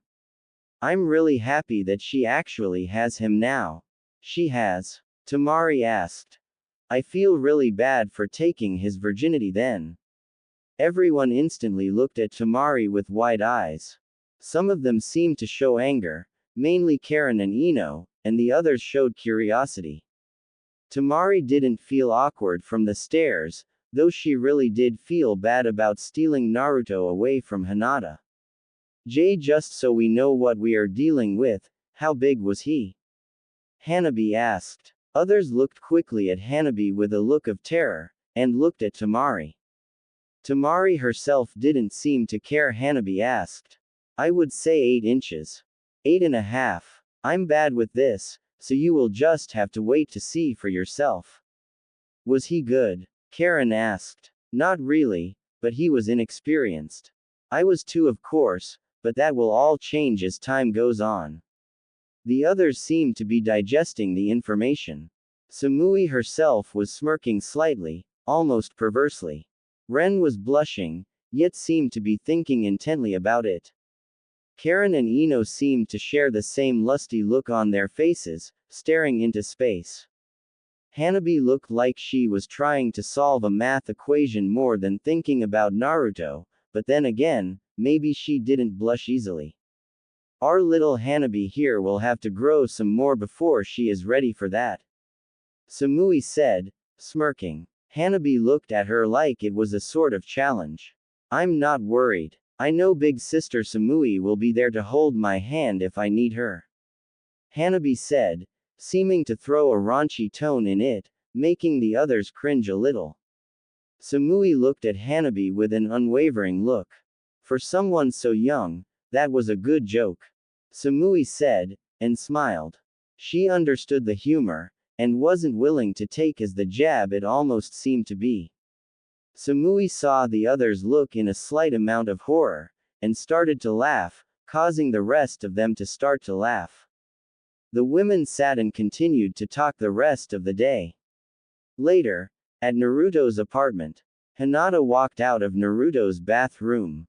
After the long day of walking around the village, she felt disgusting and had needed a shower to wash off. Naruto had kept his promise, and the both of them had a fun day, walking around the village together. They had went to shops together, and shopped a lot. Hey, Hinata, Naruto said, as he saw her leave the bathroom. Naruto instantly froze up. Hinata was wrapped in only a towel, with her hair dripping wet. A blush was spread across his face, and she already had a blush across her face. I forgot my clothes bag out here. I'm sorry, Hinata said quickly, moving to the bed to grab the bag. As she reached for it, her towel loosened, and fell from her. Hinata had enough time to eep, as Naruto tried to grab the towel as it fell. Missing the towel completely, he ended up grabbing her butt and stomach as the towel slipped by. Naruto froze, looking to his hand on her butt, and trailing his eyes up her body, pausing slightly for a moment at her, to her face. Hinata's face was completely red, and she looked like she were going to faint. To Hinata, she at first felt completely terrible that her body became unwillingly exposed to him. She then felt a little better as she saw him stare at her body. When he looked at her, she had to look away from him so she wouldn't catch his eyesight, and looked down. As she looked down, she saw he was sitting in his boxers and tank top. What really caught her eyes was the growing bulge in his boxers, which didn't seem to want to stop growing. Oh, God, this is it. I'm going to sleep with Naruto. Hinata thought slightly excitedly, yet still she was scared. She forced her eyes from Naruto's bulge, and looked back to his eyes. His eyes were still filled with shock, just as much as hers, and they seemed frozen for a moment. Hinata gulped, and slowly moved in front of him. Putting one leg up on the bed, she leaned down, and moved her face close to his. Their hot breath mixed, and they had a difficult time moving beyond that at first. After a moment, Naruto began to look at her body again, this time at a new angle. Naruto's stare sent shivers up her spine, and made her legs shake as he went down to her, and finally down to her. Hers, like Temari's, was shaved. Hinata had decided shaving must have been what Naruto liked after seeing Naruto's jutsu had a shaved body, so she shaved. Please don't stare, Hinata said shyly, lifting his face. Naruto nodded, and wrapped his arms around her. I can't stand anymore, my legs are weak right now. Hinata murmured. Naruto tightened his arm's grip, and lowered her to the bed, and laid on top of her. The two of them looked really nervous, even though Naruto did have a bit of experience. Naruto looked at Hinata's, and grabbed them. Taking one of her nipples in his mouth, he bit lightly, and sucked gently. Hinata made small moaning noises as he attacked her, and ran her fingers through his hair. Naruto moved his head away, and looked at Hinata. Would you like to take my clothing off?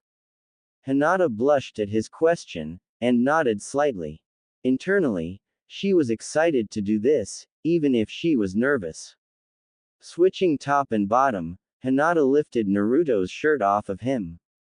Years of training had done his body a great favor, making him muscular. Hinata blushed, having to rub her hand over his abs, getting the feeling of excitement, and the slight feeling that she would pass out. Taking a deep breath, she moved her hands to his boxer line. Hinata grasped the waistline, closed her eyes, and pulled his boxers off fast. After a moment, she threw them, and opened her eyes. Hinata really felt like she would pass out now. Naruto was laying on the bed, completely, with a slight look of confusion on his face as to why she had closed her eyes. To her, he looked perfect. He looked like she thought he would have, and better. Reaching down, she grabbed his hard member in her hand, and Naruto twitched slightly. Did that hurt? She instantly said, obviously scared. Your hands are cold, but they will warm up. Naruto answered. Okay, she whispered. She began to move her hand up and down along his length, making him twitch slightly. As she continued, his breathing became labored. As she continued, she unintentionally began to lower her other hand from its place of trying to cover her, down her body, to her wet. Naruto had watched her hand go down, and it had seemed to turn him on even more. As soon as she started to play with herself, she realized what she was doing. She realized this was not some realistic thought she had and could simply touch herself to it. She was touching herself as she rubbed Naruto's. After she saw that he seemed to really like it, she saw no reason to stop. Hinata began to speed up both her hands, and began to moan slightly herself. Hinata. Naruto moaned, I'm coming. Hinata didn't know what to do here. She always just imagined him finishing inside of her, never outside. Hinata instinctively lowered her head, and opened her mouth wide. Naruto grabbed her head quickly, and lowered her mouth around his. Hinata's eyes widened, but she still tightened her lips around him, and sucked slightly. Naruto groaned, and he released in her mouth. The taste surprised Hinata, just as much as the force at which he came.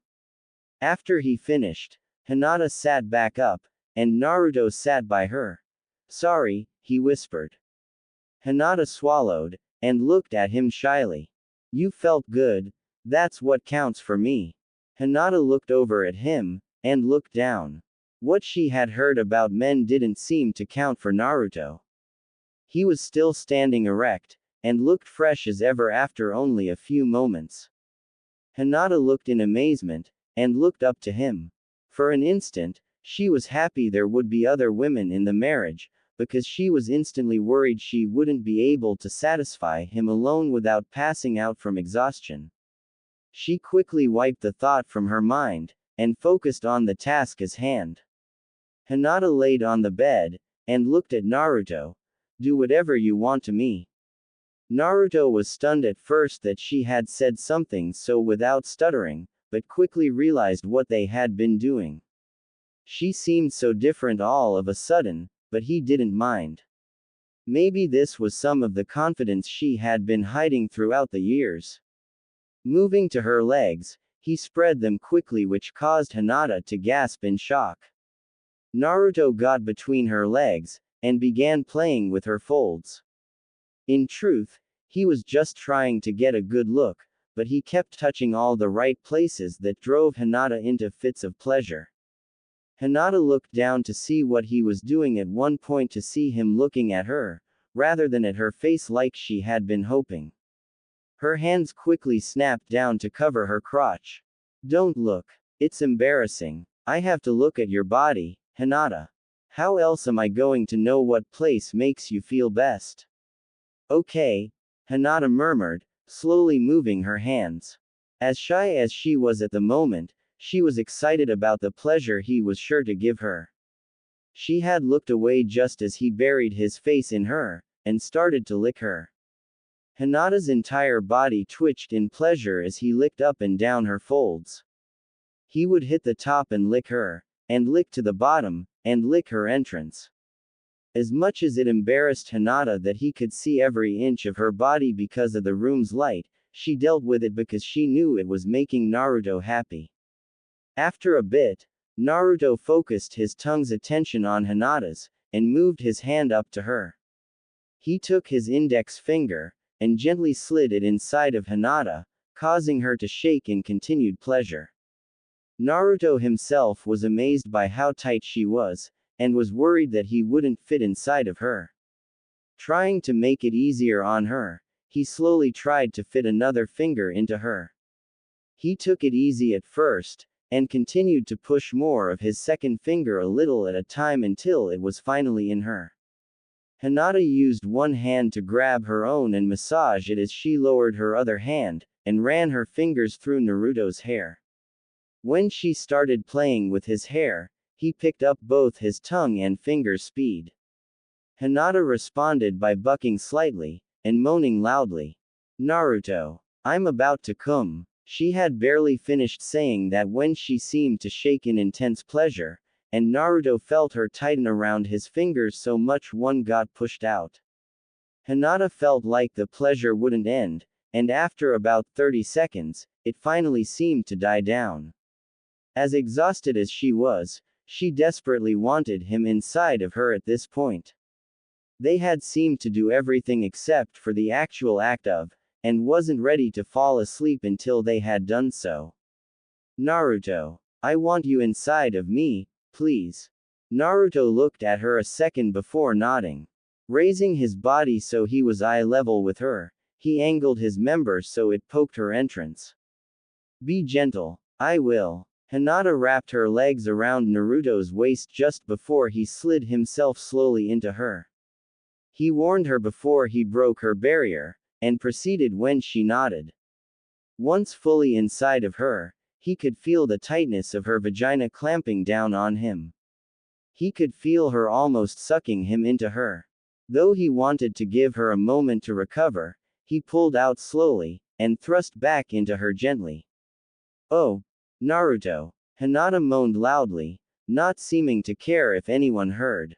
Naruto began to pick up his pace again, and made her continuously moan out loud.